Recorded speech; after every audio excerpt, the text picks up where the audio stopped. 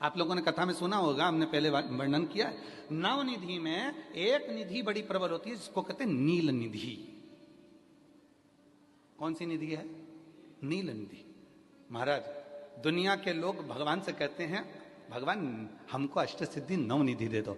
हम कहते हैं कि नवनिधि की जगह अगर आपने केवल नील निधि, नील निधि का मतलब होता है विश्वनाथ जी को, शंकर जी को, भोलेनाथ जी को, शंभुनाथ जी को अगर सावन के महीने में सोमवार पड़ जाए, श्रावण के महीने का सोमवार पड़े और श्रावण के महीने के सोमवार के दिन, सावन के महीने के सोमवार के दिन अगर नाग पंचमी पड़ जाती है और भगवान शंकर को एक कमल आता है श्वेत, एक कमल आता है नीला, गुलाबी सा, हल्का सा नील वर्ण का, एक कमल हल्का सा नीला जैसा गुलाबी सा दिखता है। वो कमल यदि शिव जी को मात्र एक समर्पित कर दिया जाए, सावन के महीने के सोमवार को पड़ने वाली नाग पंचमी के दिन अगर वो नील निधि के नाम से, हे भोले बाबा आपके जीवन की सारी जितनी निधियां हैं वो नील निधि में समाहित है, और उस नील निधि के भाव से मैं ये कमल दल आपको दे रहा हूं, और बाबा को समर्पित कर कर वो कमल दल भगवान शंकर के मंदिर से लेकर आ जाओ,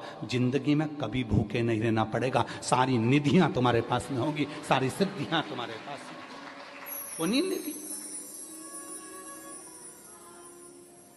33 वर्ष में, बाबा जी 33 वर्ष में 6 बार सावन के सोमवार को नागपंचमी पड़ी है। 33 वर्ष।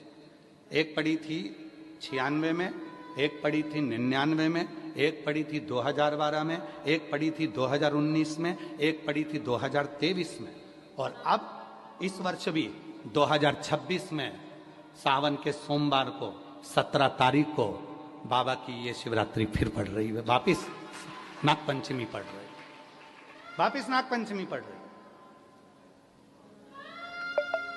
सावन के सोमवार पर पड़ने वाली नाग पंचमी को निधि पंचमी कहा जाता है, नील निधि पंचमी।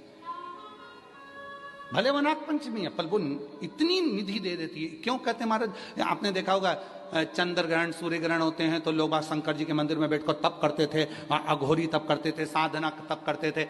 अब ये संसार का मनुष्य कोई अघोरी तो है नहीं, संसार का मनुष्य अघोर व्रत तो धारण करता नहीं है, संसार का मनुष्य तो बेचारा घर में डूबा रहता है, परिवार में डूबा रहता है, काम में डूबा रहता है, तो इसको निधि कैसे प्राप्त हो, इसको वो हीरा कैसे मिल जाए, इसको वो फल कैसे मिल जाए? तो उसके लिए स्वयं देवाधिदेव महादेव की कथा कहती है, स्कंद पुराण वर्णन करती है, शिव पुराण वर्णन करती है। सावन के महीने में जब सोमवार पड़े, सोमवार के दिन नाग पंचमी पड़े, नाग पंचमी के दिन जो नील पुष्प भगवान शिव को कमल का समर्पित कर देता है और उसी कमल के पुष्प को नील निधि के रूप में लेकर आ जाता है, उसके पास में कभी जिंदगी में ना अष्ट सिद्धि की कमी होती है, ना नव निधि की कमी होती है, उसका वैभव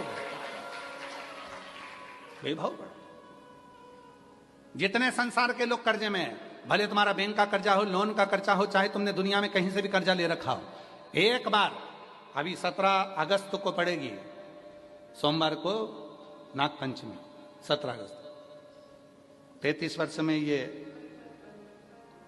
7वीं बार आ रही, बहुत रुक रुक के आती है सोमवार के, बहुत रुक रुक के, और ना जाने फिर अगला योग कब लगेगा। अगर मौका मिला है कर लो। और हमने यहां तक कहा यदि कमल का पुष्प ना मिले तो एक महाराज जी एक पुष्प होता है, वो नीले कलर का शंख जैसा होता है जो शिव जी को बड़ा प्रिय है। क्या बोलते हैं उसको? शंख पुष्पी, क्या वो नीलकंठ, हाँ एक नीले कलर का होता है। अभी तो यहाँ पर है नहीं, हम प्रयास करेंगे आपको उसका दर्शन करें। है चढ़ा है, लाओ चढ़ा है, लाओ जा लाओ।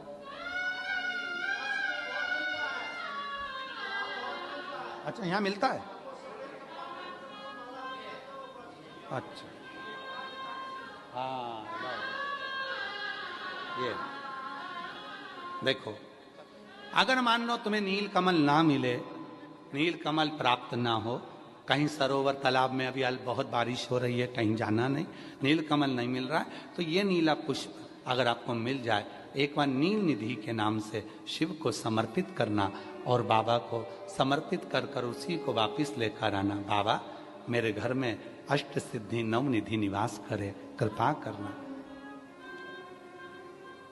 1 साल के अंदर आप सब पत्र में लिखकर भेजोगे कि आपको किसी के दरवाजे पर हाथ फेराने की जरूरत नहीं पड़ेगी, भगवान जो वैभव देगा वो देखते बनेगा।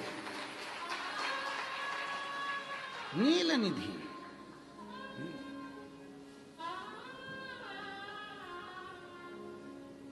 कौन सा दिन है बोलो जरा?